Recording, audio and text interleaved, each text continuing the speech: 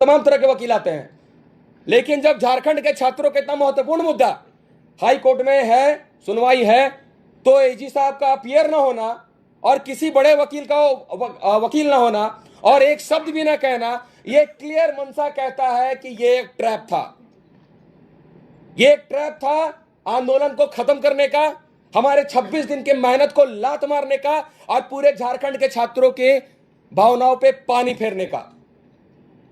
अगर सरकार की मंशा सही होती तो एक अच्छा वकील आज उन बातों को डिफेंड करने के लिए कोर्ट में उपस्थित होता। सरकार ने सारी परीक्षाओं को रद्द की, चलिए बहुत अच्छी बात है। हम कानून के बहुत बड़े जानकार नहीं हैं, लेकिन इतनी जानकारी जरूर है कि अगर कोर्ट में उपस्थित हुए थे तो यह सरकार को बताना चाहिए था कि आखिर किन कारणों से परीक्षाओं को रद्द किया गया था। प्रॉपर डिफेंस होना चाहिए था कोर्ट में, जो कि नहीं दिखा। आज 3 परीक्षाओं की सुनवाई थी। कल को झारखंड के सभी छात्रों, जिसका 80% छात्रों का सेंटीमेंट जुड़ा हुआ है, सीजीएल की सुनवाई होगी। आज या कल तक वो केस फाइल होगा। सोमवार या मंगलवार तक उसकी भी सुनवाई होगी। फिर से सरकार का वही रवैया रहेगा। झारखंड के छात्र पढ़े या कानूनी दाव पे समझे, पढ़े या कानूनी दाव पे समझे, यह कंप्लीट धोखा झारखंड के छात्रों के साथ दिख रहा है। आंदोलन को खत्म करने की साजिश दिख रही है। टीडीपीएल ने, आपने अगर प्रेस कॉन्फ्रेंस माननीय मुख्यमंत्री जी का देखा होगा, उन्होंने स्पष्ट रूप से कहा है, एक एक लाइन मुझे याद है, कि टीडीपीएल जितने भी परीक्षाओं को कराई है उसमें बहुत बड़ा एक नेक्सस, ऐसा प्रतीत होता है कि बहुत भ्रष्टाचार हुआ है, इसलिए हम उन तमाम परीक्षाओं को रद्द करते हैं। आपको पता है कि 11वीं 13वीं जीपीएससी में जिसका सुनवाई जो स्टे लगा, उसका भी इंटरव्यू हमारी जानकारी के अनुसार टीडीपीएल ने लिया है। अंतिम रिजल्ट बनाने का काम टीडीपीएल ने किया है। तो ये परीक्षाएं अछूते क्यों है? सुप्रीम कोर्ट के तमाम उदाहरण मौजूद हैं, हाई कोर्ट के तमाम उदाहरण मौजूद हैं, जहां यह बताया गया है कि अगर परीक्षा कराने वाली एजेंसी प्रक्रिया ही दूषित हो, वो सारी परीक्षाओं को रद्द किया जाना चाहिए। The whole examination should be cancelled. तो इस पक्ष को सरकार ने आज कोर्ट के सामने क्यों नहीं रखा? आज किसी बड़े वकील को क्यों नहीं रखा गया? क्यों झारखंड के छात्रों को बेवकूफ बनाया गया? क्यों हमारी मेहनत पे पानी फेरा गया? मैं पूछता हूं, क्यों? क्या अपने छात्रों को बेवकूफ बना के रखा है, बेवकूफ समझ के रखा है कि यह आंदोलन को खत्म करने का सिर्फ एक ट्रैप था? झारखंड के बच्चे बहुत समझदार है, भोले हैं। परीक्षा रद्द हुई, वो खुशी खुशी चले गए कि चले हमारी एक मांग स्वीकार हुई। हेमंत है तो हिम्मत है का नारा लगाते हुए गए। आप सभी मीडिया बंधुओं ने देखा। लेकिन ऐसा प्रतीत होता है आज के उनके किए अनुसार कि हेमंत है तो मुझे ये कोई बोलने में परहेज नहीं है कि दिक्कत है।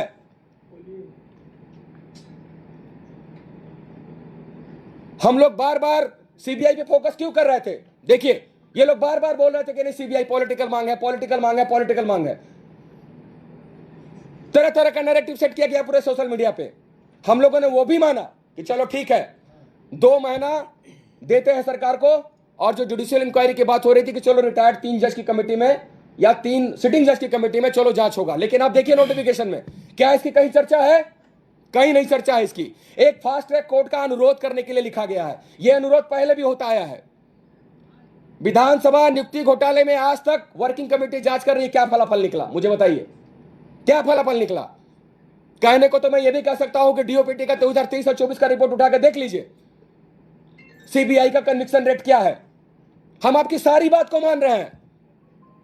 बार बार आपके बातों में जो है, हमने फिर से जिस तरह से सीआईडी वरीय जांच एजेंसी ने जेएसएससी सीजीएल परीक्षा में क्या किया, यह पूरे भारतवर्ष ने देखा और आप मीडिया बंधुओं ने दिखाने का कार्य किया। उसके बावजूद भी हम उसी सीआईडी पे फिर से भरोसा करते हैं। तो हम लोग कितना टॉलरेट करें, कितना टॉलरेट करें? बार बार छात्रों के साथ ही धोखा क्यों?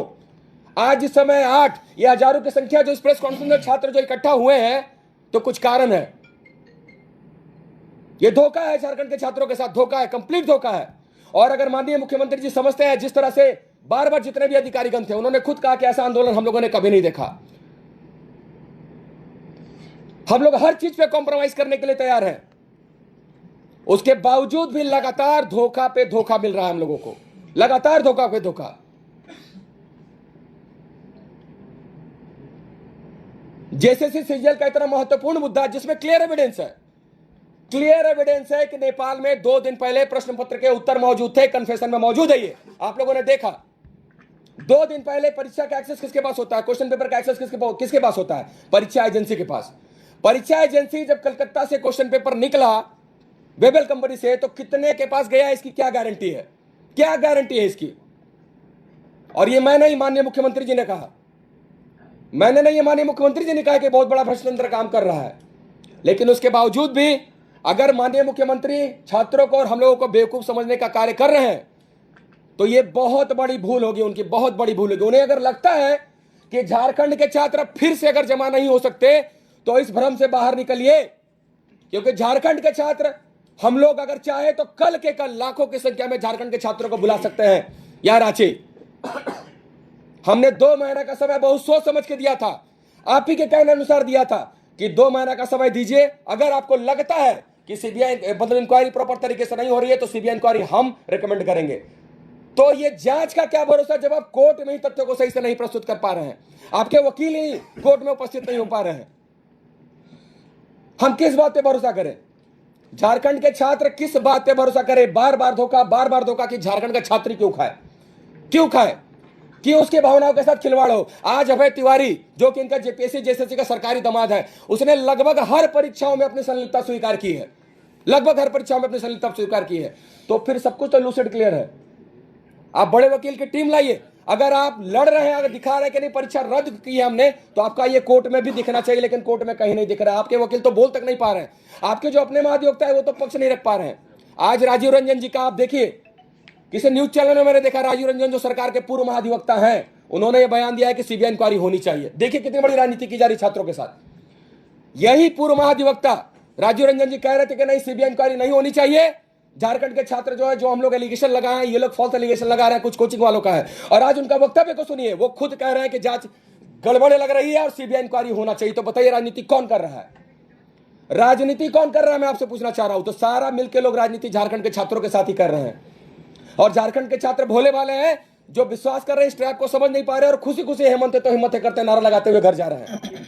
अब ये नहीं चलेगा। मैं अंतिम रूप से कहना चाहता हूं कि अब ये नहीं चलेगा। हम लोगों ने 2 महीने का समय दिया है, हम बहुत धैर्य से काम कर रहे हैं। 2 महीने का समय, अगर जेएसएससी सीजीएल या तमाम आने वाली परीक्षाओं में अगर सरकार का व्यवहार कोर्ट में अगर संदेहास्पद लगा, तो झारखंड के छात्र 2 महीने से पहले हम लोग एक बहुत बड़ा उलगुलान करेंगे, जो कि पूरे झारखंड के छात्र देखेंगे। जेल भरो आंदोलन करना होगा, करेगा, लाठियां खाना होगा, तोड़ना होगा, अपने शरीर पर तोड़ेंगे। इस बार सर पे कफन बांध के चले, तो इस बार फैसला लेके रहेंगे। हर बात उनकी मनमानी नहीं चलेगी। और कल इसी क्रम में पूरे झारखंड के हर जिले के मैं छात्रों से, सामाजिक संगठनों से, जो भी इसमें आना चाहता है, मैं अपील करूंगा कि कल पूरे मुख्यालय में, राज्य के सभी जिला मुख्यालयों में आप माननीय मुख्यमंत्री हेमंत सोरेन जी का पुतला फूंकने का कार्य करें और उन्हें चेतावनी दें कि सुधर जाए, अन्यथा इस बार उससे भी बड़ा आंदोलन होगा, जिसे कोई भी ताकत रोक नहीं पाएगी। बहुत बहुत धन्यवाद।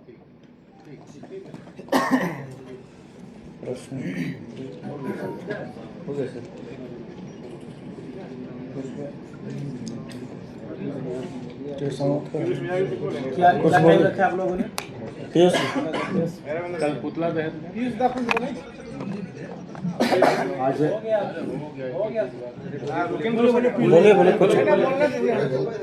बोले आज मैं खुद कोर्ट रूम में उपस्थित था।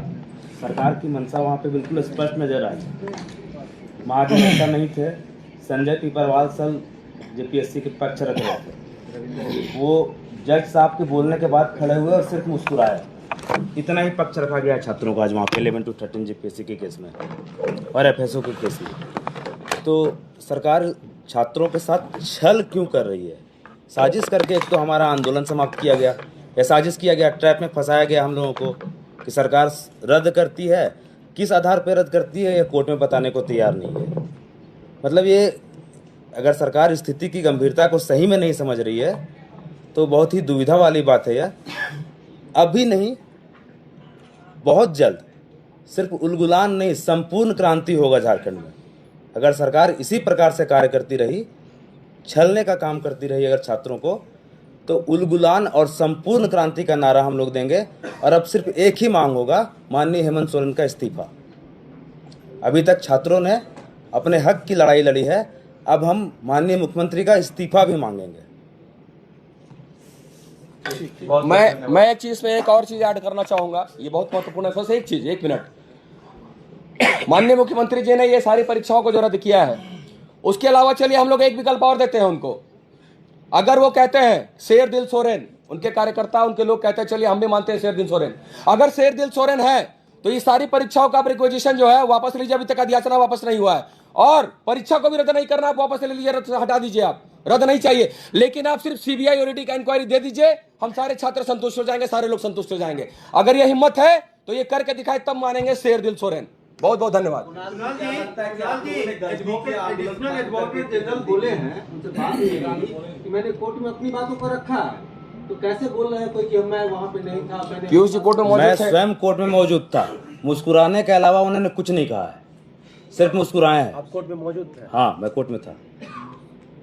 लूट लेते हैं उसका, कैसी बात? राजेश सामने से झूठ बोल रहे हैं। आपके भरोसा नहीं है, क्योंकि जो किसी के जो छात्र गए वो कोर्ट से उनको मिला, तो क्या कोर्ट पे आपको भरोसा नहीं? कोर्ट हमेशा तथ्यों पे देती है फैसला। आप एग्जांपल ले लीजिए जेसीसी सीजीएल का। जेसीसी सीजीएल में फैसला किस आधार पे हुआ? तथ्य गलत प्रस्तुत किए गए, सही चीजों को प्रस्तुत ही नहीं किया गया, पेपर आउट था, नहीं बताया गया, गेस क्वेश्चन बताया गया। कोर्ट हमेशा तथ्यों के आधार पर फैसला देती है। सरकार ने तो तथ्य ही नहीं प्रस्तुत किए सही तरीके से, तो कोर्ट उस तरह से फैसला देगी। सीधी सी बात है। जब आप तथ्य को सही तरीके से प्रस्तुत करिएगा कोर्ट में, तब तो फैसला सही मिलेगा। सबसे बड़ा उदाहरण तो जेसीसी सीजीएल है, जो पब्लिक डोमेन में है। आप तथ्य सही से प्रस्तुत नहीं किए, कोर्ट फैसला दे दी कि पेपर लीक नहीं है, गेस क्वेश्चन है। और आज माननीय मुख्यमंत्री और सरकार के पूर्व जी राजीव रंजन जी एक टीवी इंटरव्यू में कहते हैं कि नहीं, बहुत बड़ा भ्रष्टाचार लग रहा है, इसकी सीबीआई जांच होनी चाहिए। तो ये तो क्लियर है, गेम कौन कर रहा है, क्लियर है ये। आप मीडिया बंधु भी इसे समझे और बताएं लोगों को, और उनसे पूछिए। ठीक है। क्या लगता है आप लोग जो आंदोलन जो आप लोग खत्म किए और जिस शर्त पे आप लोग को आंदोलन खत्म करवाया गया, तो क्या जिन लोगों ने बैठ करके निर्णय लिया कि भाई रविंदर जी और पीयूष जी जैसे तमाम जो छात्र जो मांग कर रहे हैं, इसको मान लीजिए और आगे चल के तो पहले से रद्द होना ही है, क्या उनको आपको लगता है कि उनको पहले से पता होगा, इसीलिए फैसला दे दिया गया कि हाँ भाई रद्द कर देते हैं, बाद में तो कोर्ट उसको करारी देगी? देखिए, आपका सवाल अच्छा है। हम लोगों को इस बात का पहले से अंदेशा था, लेकिन अगर देखा जाए तो हमारे पास कोई ऑप्शन भी नहीं था, क्योंकि सरकार बार बार इस बात पे जो है प्रशासन, राज्य प्रशासन दबाव बना रहा था। आपकी मांगे तो मान ली गई हैं, आप भी तो थे वहां मौजूद, आप भी देख रहे थे। रात में 3-3 बजे तक आके प्रशासन हम लोग को जो है टॉर्चर कर रहा था। आपकी मांगे मान ली गई है, हट जाइए, आप इसके गवाह हैं। बार बार आकर टॉर्चर कर रहा था, बताया जा रहा था कि आपकी मांगे मान ली गई। तो हम लोग इतने कानून के जानकार, बहुत बड़े जानकार तो नहीं है, लेकिन हमें इस बात का अंदेशा था कि ऐसा होगा। हम सरकार पे विश्वास करके हम लोग उठे थे वहां पे कि सरकार हमारी बात रखेगी। जब माननीय मुख्यमंत्री पूरे कैबिनेट के माध्यम से बातों को रख रहे हैं, तो माननीय मुख्यमंत्री से बड़ा इस स्टेट में कौन है? जब वो कह रहे हैं तो हमें लगा कि नहीं, अगर वो कह रहे हैं तो वो करेंगे, लेकिन हो कुछ और रहा है। कुणाल जी, जेएसएससी सीजीएल वाले सफल अभ्यर्थी अभी झारखंड मंत्रालय के सामने लगातार प्रोटेस्ट कर रहे हैं। वो एक नारा लगा रहे हैं कि कोचिंग माफिया है, क्या जवाब देंगे? उनको भी एक चीज समझना होगा। देखिए, आखिर ये परिस्थिति किसने पैदा की, मैं स्पष्ट रूप से कहना चाहता हूं। अगर उस समय जो लोग वहां पे लड़ाई लड़ रहे थे वो भी हमारे साथ थे, सभी लोग हमारे साथ थे, सभी लोग। अगर सीआईडी उस समय जांच सही करके, जिस समय जांच चल रहा था, मई में ही आ चुका था कि पेपर लीक है, मई में ही आ चुका था। मैंने एफिडेविट आपको इसी प्रेस क्लब में सभी लोगों को दिखाया। सभी लोगों ने कन्फेस किया है कि 130 प्रश्नों के उत्तर 2 दिन पहले, यानी कि एजेंसी से लीक था। अगर सीआईडी उस समय ये सही रिपोर्ट सबमिट करती तो क्या आज ये नौबत आती? क्या आज हम लोग 26 दिन सड़क पे होते? और क्या वो वहां पे होते? उनकी भी गलती नहीं है। बांटने का काम किसने किया है, ये समझने का प्रयास करना होगा। ये समझने का प्रयास करना होगा कि बांटने का काम किसने किया, किसने ये परिस्थिति पैदा की, और क्या इस परिस्थिति को पैदा करने के लिए जो जिम्मेदार है, क्या उन पर कोई कार्रवाई हुई? वो नौकरी छोड़ के आया है, मैं इस बात का समर्थक हूं। कई एक का 2 साल बर्बाद हुआ है, मैं भी इस बात का समर्थक हूं। लेकिन इस बात की अकाउंटेबिलिटी किसकी तय होनी चाहिए? मैं तो बार बार कह रहा हूं कि कुछ लड़ाइयां महाभारत को प्रेरणा मान के लड़ी जानी चाहिए, और हमें पता था कि हमारे वो सामने भी अपने हैं, लेकिन फिर भी हम लोग लड़े क्योंकि हम सही थे। और ये माननीय मुख्यमंत्री भी माने, पूरा कैबिनेट माना, और आज राजीव रंजन जी भी मान रहे जो एक महाधिवक्ता थे। तो हम कहां से गलत हैं? हम कहां से गलत हैं? आप भी उनसे पूछिए कि ये परिस्थिति पैदा करने वाले क्या जिम्मेदार थे, उन पर क्या कार्रवाई हुई, और आज ये तो परिस्थिति पैदा हुई, इसका कारण कौन है? मैंने स्पष्ट रूप से बता दिया। अब जिसको समझना है समझे, जिसको राजनीति करना है करे, जिसको जो कोचिंग माफिया बोलना बोल ले, कोई दिक्कत नहीं है। ठीक।